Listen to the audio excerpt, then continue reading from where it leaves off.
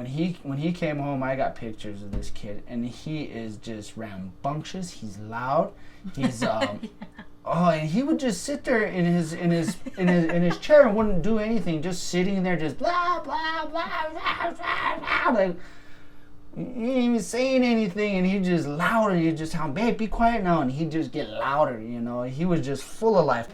It was so hard to be upset with him too, because Telley's really like weird with his TVs, and he would be like, no son, don't touch that TV, and Telley would look away or look at me or something and be like, watch him. So we look at the corner of our eyes, pretending we're like talking to each other, and there he goes. What are you doing? After a while, I just let him do it. He just handprints all over the bottom of my screen. Them boys, after a while, they're just everything that you saw about them, all the beautiful things that were them boys, they were just memories after a while.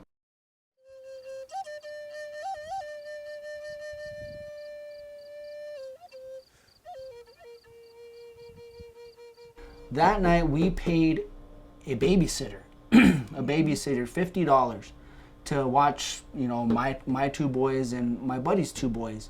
Well, that girl ended up sneaking around and drinking, and that's what totally said, well, there's no babysitter, then, these boys were neglected.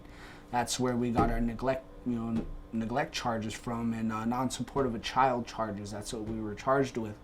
I mean, what was really surprising about that night wasn't so much what I was going through, it was what didn't happen that was supposed to happen. Well, when one of my granddaughters realized the cops were being called, and even DSS, she called her mom and said, Mom, they're going to come down with DSS and take these boys.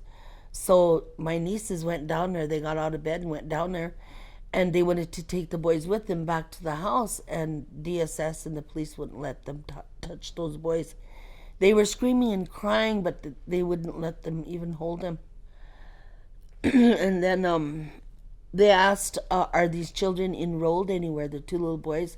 And when they said no, it just seemed like that gave them more of a hold to take the boys. There was like 3 or 4 older Native American adults that weren't even a part of the situation we were in, that could have taken the children.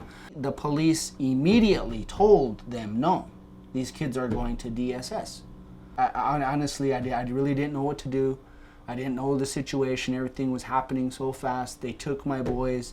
They took my old lady. They took me. I was thrown in a cell, and when I got up, my whole life was turned upside down. So I got out, and I started talking to these people about seeing my kids, and they started putting a bunch of hoops in front of me, so I started jumping. They were honestly telling me outright that there's a very good chance that you will not see your kids again. You're going to have to keep coming in here every week and keep jumping through all these hoops and going through all these classes. I said, no problem. And these people started to get a little loud. So I said, I stated my case a few times, like, hey, if you're going to abuse me, I can go home and get abused all day long. I can, let life beat me up right now, but I'm trying to make something better of this situation. I'm trying to amend this. They told me after a while, I couldn't be around her. Mm-hmm. I couldn't be around my own lady because she was trying to get the kids. Like, now you're breaking my home again? Again? Actually did 2 home visits, and I told him everything, and he said, well, Lisa, he's like, I'm going to recommend that you get your kids with intense supervision. And hearing that, I'm thinking, okay, there's no way that they're going to deny that. Somebody else, they're saying that I can have my kids.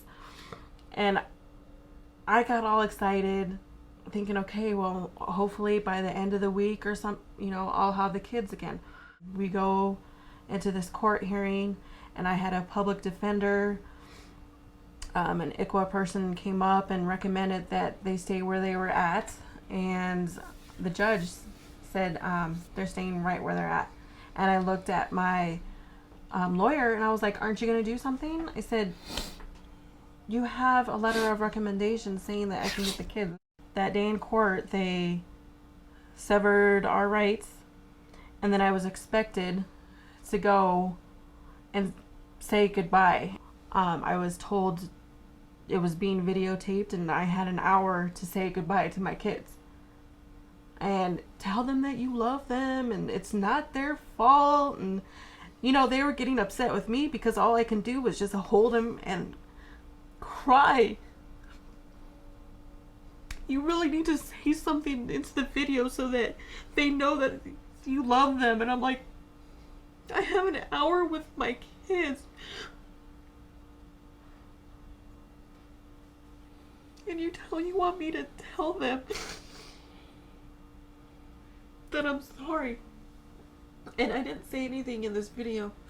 I didn't. I just held them. And I was angry. After that, I was really, really angry, and I didn't know how to deal with that. Me and him, we argued and blaming each other. And the whole purpose of, you know, why I fought so hard, to keep us all together. You know, and fortunately the boys are together, and me and her are together. I've, actually drawn the conclusion that, hey man, my shot is gone, her shot is gone. I mean, there's no hope for this. They legally adopted these kids. They're legally adopted today. There is federal laws against this, and they still did it. Somehow they found a legal way to make this happen. Well, when I told the court that I was the grandmother and I was there to get my grandsons to take them home, they said, well, you need to adopt them. There was none of this kinship care ever mentioned, ever. It was, you have to adopt your grandsons. So how do you undo blood? How do you undo the genes and everything that I have that I gave to my grandsons? How do you undo that and say I have to adopt my own grandsons? Before I could see them, I had to take fostering and adopting classes. So Jean said I had to start the classes and I needed to comply with social services. So I started the classes, and when I got about 2 or 3 under my belt, then I asked to see my grandsons, and they said, well, you got to finish them. So you know what? They can pull all these little strings, and we are the puppets. And what we do doesn't matter anyway. They could give us a hoop, we'll jump through that, but it didn't do us any good. I would go see them, and after a while, it seemed like they would scream louder and louder. And they give me that look like, where are you going? I can't come home with you? Why are you leaving me here? Just that look like, where are you going? What are you doing? And they would understand, and they would both just scream and cry, and I'd lose it in the parking lot. I'd try to get away from them as soon as possible because I didn't want to let them see me cry. And I would just cry and scream, and still had to go home, and I still had to look around and see pictures. I still had to be alone. here we are. We're not homeless. We're not drug addicts. We have beers from time to time. We have our own house. We both have full-time jobs. I mean, I'd like to think that we are doing something. We're not failures. What if my children just learn to hate me? That's a big fear of mine. That my children learn to hate me because of whatever these people may have said. I don't know. These people may be the greatest people in the world. I don't know. But if they went to the reservation, I would have known what kind of people they were with. I could provide. I can help. I could do something, even under the circumstance. I could be of some assistance. She could be of assistance. We could still be a family. But under what's going on right now, I haven't seen my boys in years. All I can hope for is an updated picture. That's all I can hope for now. We don't even get that. We don't even get that anymore. Their interpretation of adoption and foster like that, it's to actually take that person away. Our way of adopting like that is called hunka. It's verbal.